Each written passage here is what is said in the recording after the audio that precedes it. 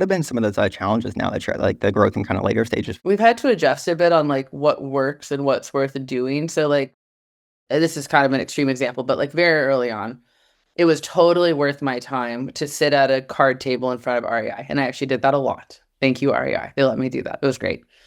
That's not really probably worth our time anymore, but it worked.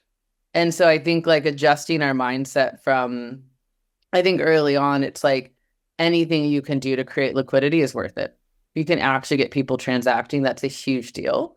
We didn't talk about this, but actually like very early on, like the proof point for me that got me like really committed to the company was one booking.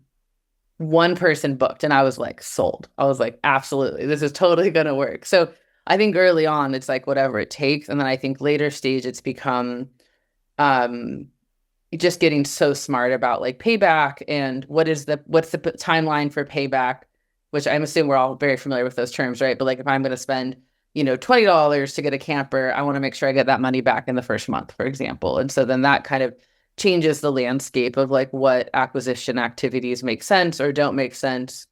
Um, so that's been a challenge. I think also just like as a founder who's pretty like my skill set's pretty diverse. Like I'm not, yes, technically I was like our engineer and coded the site, but I wouldn't say that's like probably my greatest strength. Like I really like marketing, but I also like sales and I also like finance. And so I feel like early on I was really this is probably the biggest shift actually. Early on, I was our biggest problem solver, right? So people would like bring me problems and I'd be like, all right, let's solve this together. And then I think as we've gotten larger and the scale of the company's gotten larger, it's become now I solve problems ideally mostly with people and making sure the right person's in the role. And so my job increasingly becomes, is this the right person?